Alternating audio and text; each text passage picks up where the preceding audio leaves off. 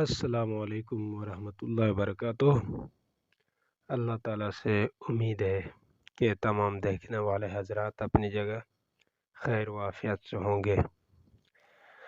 آج کا ہمارا ٹاپک ہسٹری میں، جیسا کہ اس سے پہلے ہم نے فلسطین کی ہسٹری کو 4 پارٹس میں مکمل کیا ہے، اور اس کے بعد ہم آج انشاءاللہ تعالی کشمیر ایشو کو تھورلی اور انٹائرلی ڈسکس کریں گے۔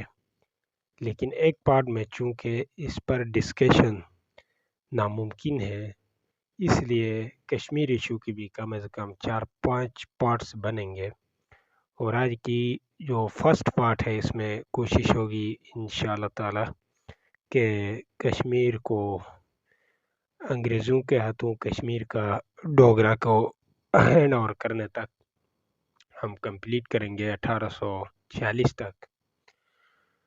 تو جناب علی، سب سے پہلے نظر ڈالتے ہیں برصغیر پاک و ہند کے نقشے پر۔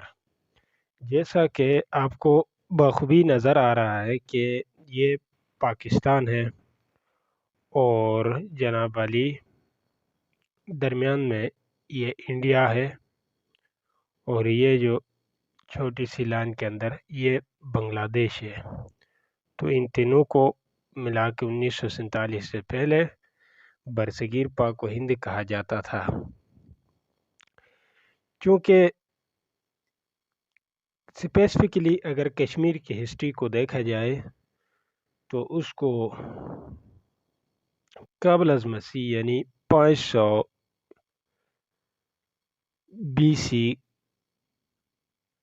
500 قبل از مسیح کو جب ہندوستان میں موریہ ڈائنیسٹی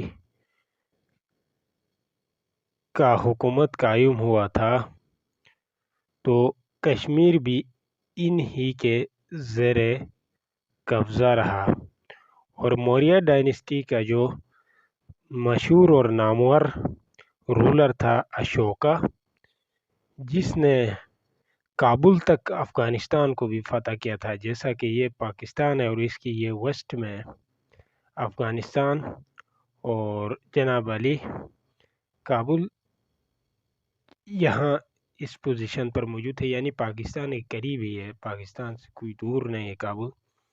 تو اس نے پشاور سمیت کابل، قندھار، ان علاقوں کو بھی اس نے فتح کیا تھا۔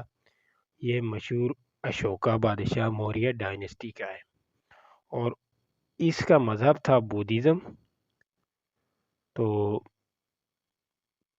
اس کے دور میں یہ جہاں جہاں گیا اس نے بدھزم کو ہی پروموٹ کیا، اور اسی طرح 300 قبل از مسیح میں یا 300 بی سی میں یہی اشوکا جس نے کشمیر پر رول اسٹیبلش کیا، یعنی کشمیر اس کے زیر کنٹرول آ گیا، رول ان کشمیر۔ یہ تو رہی موریہ ڈائنیسٹی کی بات۔ اس کے بعد سرسری سا دیکھتے ہیں ہم کہ موریہ ڈائنیسٹی کے بعد یہ علاقہ کشمیر، چونکہ کشمیر آج کل کشمیری لداخ، گلگت بلتستان، جموں اور ویلی آف کشمیر جو آدھا پاکستان کے پاس ہے آدھا انڈیا کے پاس ہے، ان سب کو ملا کے وہ کشمیر کہتے ہیں۔ چونکہ تاریخی اعتبار سے یہ ان کی دعویٰ غلط ہے کہ these parts have never been the integral part of the state of Kashmir یا the epicenter of کشمیر۔ لیکن چونکہ ہم تاریخی اعتبار سے دیکھتے ہیں تو کشمیر کا جغرافیہ وقت کے ساتھ ساتھ بدلتا رہا ہے، کوئی فکسڈ جغرافیہ نہیں رہا کہ بھائی یہ اتنا علاقہ کشمیر تھا یا اتنا علاقہ تھا۔ تو بہرحال موریہ ڈائنیسٹی کے بعد جناب علی، موریہ ڈائنیسٹی کے بعد 1339 تک ہندوؤں کی مختلف ڈائنیسٹیز نے رول کیا ہے کشمیر پر. رول کشمیر. اور یہ 1339 تک انہوں نے رول کی. اس کے بعد مسلم ارائیول ہوتا ہے کشمیر میں. مسلمانوں کی حکومتیں باقاعدہ آ جاتی ہے 1339 کے بعد.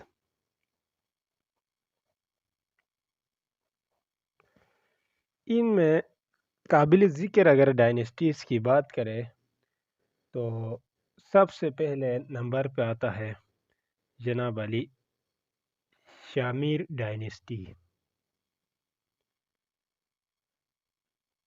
یعنی شامیر سلطنت نے یا خاندان نے حکومت کی کشمیر پر 1339 سے لے کر جناب علی 1586 تک. اور شامیر ڈائنیسٹی کے بعد دوسری مسلم ڈائنیسٹی جس نے کشمیر پر حکومت کی تو وہ مغل تھے.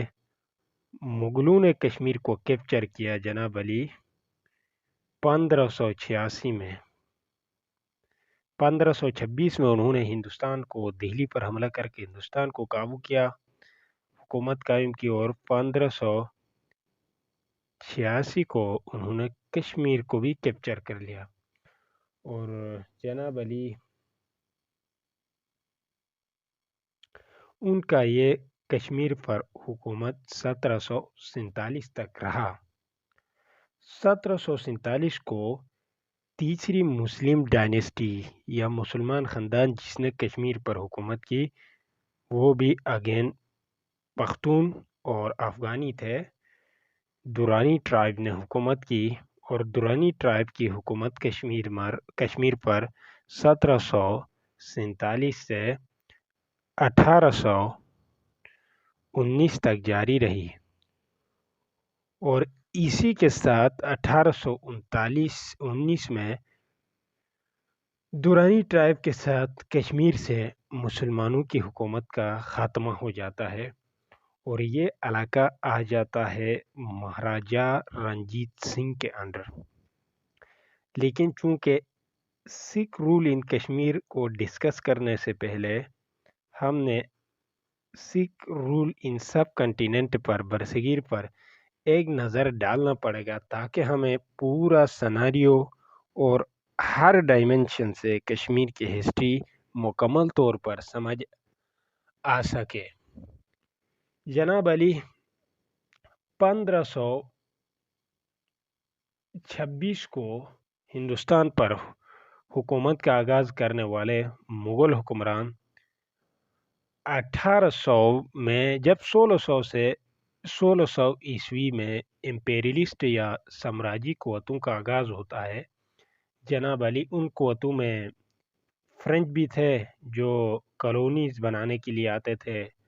فرینچ تھے، برٹش تھے،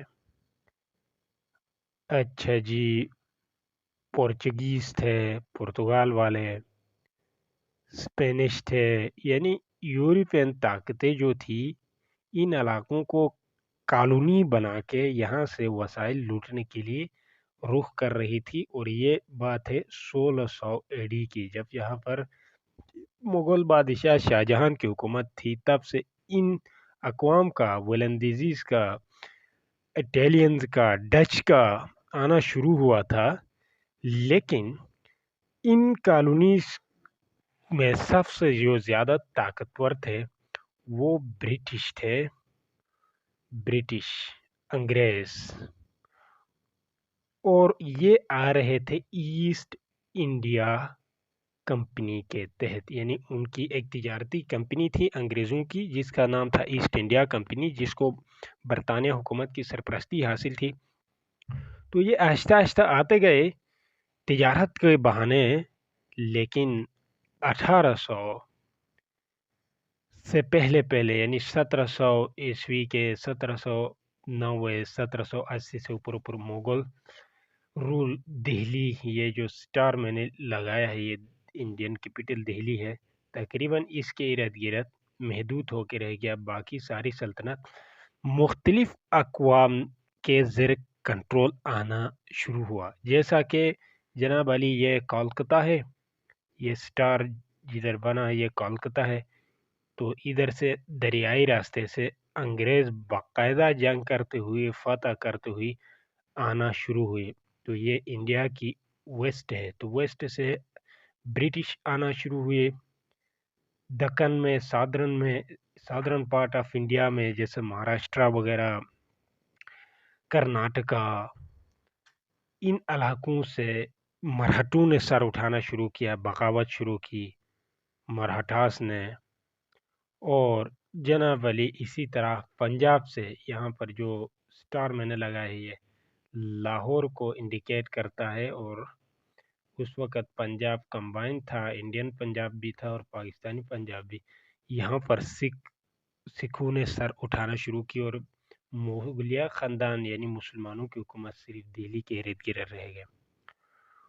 اور اسی طرح اس لاہور سے سر اٹھانے والی یا لاہور سے ریز ہونے والی سکھ رول جو تھا، یہ 1801 میں اسٹیبلش ہوا، اور اس کا بانی تھا رنجیت سنگھ،